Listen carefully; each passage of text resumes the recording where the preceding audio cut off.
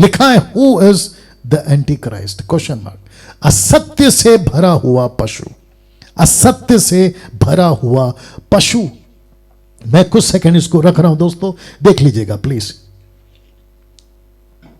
इस एक सेशन में आपको पूरे प्रकाशित वाक्य की पुस्तक का अध्ययन देने वाला हूं जी। Wonderful Jesus. अध्याय 13 का 1 लिखा है, तब मैंने एक पशु को समंदर से निकलते हुए देखा। समंदर मतलब आप समझ गए होंगे, पीपल, लोग, पृथ्वी, मनुष्य के बीच में से, जिसके 10 सिंह 7 सिर थे, उसके सिंगों पर 10 राजमुकुट, उसके सिरों पर परमेश्वर के निंदा के नाम लिखे हुए थे। ये मनुष्य है, ये जानवर नहीं है। लेकिन इसको पशु क्यों कहा गया? क्योंकि ये पशु यानी कि लूसीफर की तरह कार्य करेगा। और इसको पशु इसलिए भी कहा, देखो यीशु ने क्या कहा, तुम अपने पिता शैतान से हो। वो शुरू से हत्यारा था, उत्पत्ति में पहुंच गए यीशु, जिसको सांप बोलते हैं। अब आपको समझ में आ गया होगा। वचन 2, पशु में, जो पशु मैंने देखा वो चीते के समान था, मतलब उसकी स्पीड होगी, उसके पांव भालू के से थे, ताकतवर होगा, उसका मुंह का सिंह का मुंह होगा, मतलब ये लोगों को डराएगा। अजगर ने अपनी सामर्थ और अपना सिंहासन और बड़ा अधिकार उसे दे दिया। याद होगा ना आपको, यीशु के पास आकर क्या कहा लूसीफर ने, मुझे प्रणाम कर, मैं सब कुछ तुझे दे दूंगा। याद आ गया आपको? वैसे ही एंटी क्राइस्ट किसकी वर्शिप करेगा? लूसीफर की। और आज की तारीख में इल्यूमिनेटी, ये शैतान की कलीसिया, कितने लोग लूसीफर के वर्शिप अभी ऑलरेडी स्टार्ट हो गए। फेसबुक पे जब मैं डैनियल की किताब का अध्ययन दे रहा था, तो कितने एंटी क्राइस्ट के फॉलोवर्स ने फेसबुक पे कमेंट्स पे लिखा, लूसीफर की जय हो, लूसीफर की जय हो। Can you believe this? ये ऑलरेडी स्टार्ट है।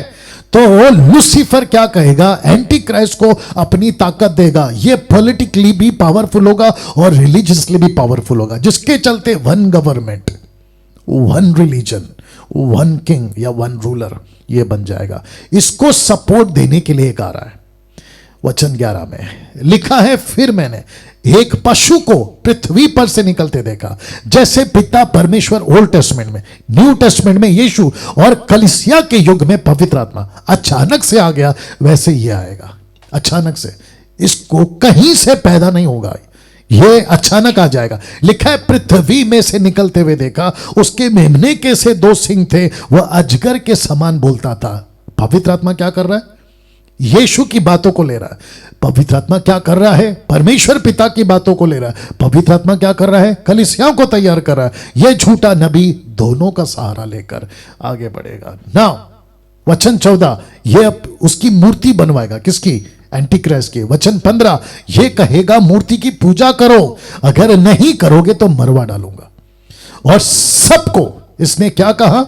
वचन 16 में, छोटे बड़े, धनी कंगाल, दास स्वतंत्र, सबके दाहिने हाथ या उनके माथे पर एक एक छाप करा दी।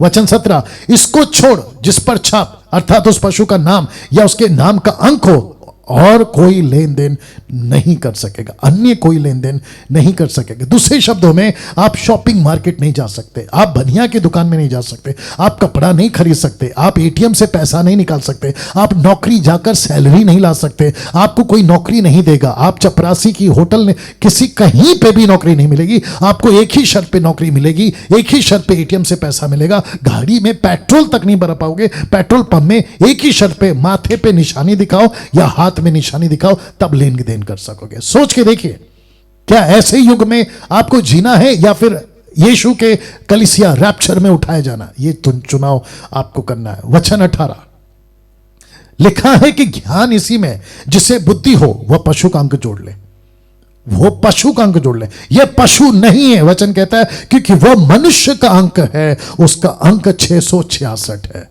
666। ना दोस्तों, red dragon, Antichrist, false prophet, अब ये तीनों पृथ्वी पर राज्य करें। अब आप सोच के देखो, पृथ्वी का क्या क्या हालत करेंगे ये लोग। किसी सरकार का नहीं चलेगा, किसी दूसरे धर्म का नहीं चलेगा, किसी दूसरे धर्म की पुस्तकों का नहीं चलेगा, बाइबल का, इसका उसका किसी का नहीं चलेगा। राज सिर्फ इनका चलेगा। इसलिए कहता हूं, समझ जाओ।